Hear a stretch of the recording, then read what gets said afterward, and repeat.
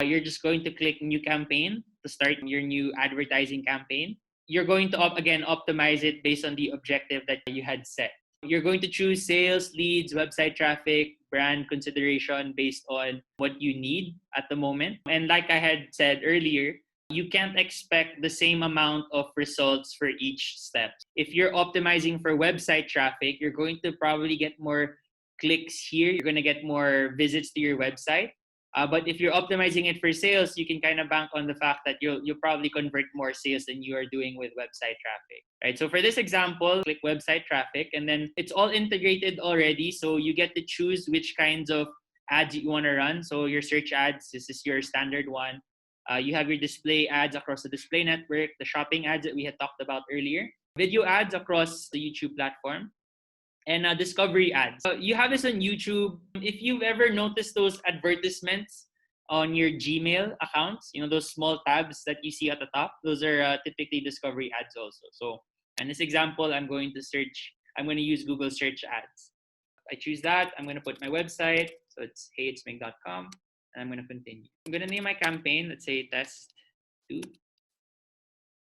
Then I immediately get to choose my networks. So more often than not, you want to be able to have, obviously, the search network, because these are where all of the searching happens. But you could also choose the display network. So I don't know if you've ever noticed that, guys, but Google has integrated search ads in websites on different levels.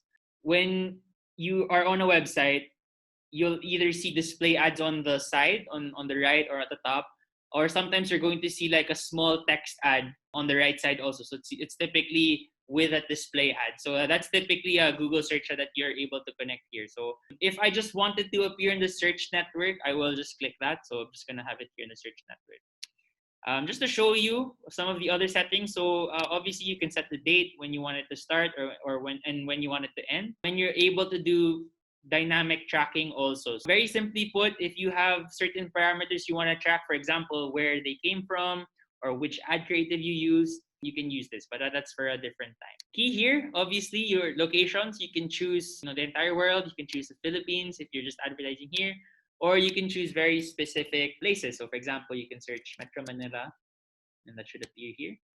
And then you'll be able to see also what's the potential reach of people on the platform. You're also able to choose if you want to include people or exclude people. So if there are certain locations that you really want to make sure that they don't see the ads, you could just add that here. But more often than not, this works already.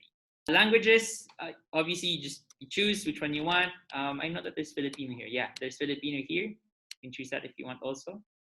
Yeah, this is what I wanted to show you guys, the audiences part. This is what I feel is the money maker. So much like the advertising ability of Facebook, you're able to target people who are, in certain places in their lives. What Facebook has in terms of targeting is really, based on interest and interaction with online content. But for Google advertising, because you do a lot of your researching and you do a lot of your consumption of content on Chrome, for example, they're able to know a lot of things about you as well. So just to show you, you have essentially 5 options in terms of audiences. So when you look at the demographics, this is what you're able to get.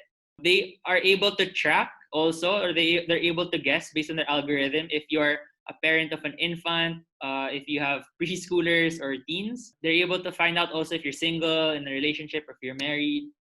They're able to kind of guess also your educational status,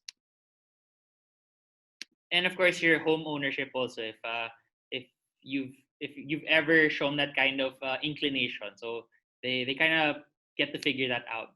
The biggest options here are 2. So you have the affinity audience and the in-market audience. So affinity audiences, very simply put, these are people who have been interested in a topic or an activity for a really, really long time. So for example, I would be categorized in the affinity market for basketball because I consume a ton of basketball content. I watch a lot of basketball highlights on YouTube. I read a lot of articles that I see on the internet. I would be categorized as an affinity market because I've had a long withstanding interest in the topic. Now, in market, These are the equivalent of people who suddenly have those bursts of researching, right? So again, if you've ever done research on like a restaurant or a piece of software or a hotel or a service, right? If, for example, you're in the market for a digital marketing agency, you're probably not going to spend just one day searching. You're going to have like a period of consecutive days, or every other day you're searching for something. And Facebook, Google is able to figure that out, because they start to see that, okay, he's bouncing around from page to page around the same topic. They put you in an in-market audience. So remarketing audiences, really simple. So people who've gone to your website, people who watch your YouTube videos, you're also able to retarget them.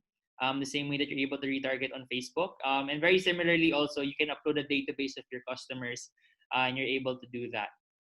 And your audiences, these are just like the weird combinations that you have. So if you want people who engage with you this and they also search that, you can combine them and then have a combined audience. So I just want to show you some of the affinity audiences and some of the things you can kind of choose. So, and for example, if you're an avid investor, these are probably people who they read up a lot on news on the stocks. They follow certain influencers. Yeah, here, people who actively invest their money, follow financial markets, and regularly read financial business news.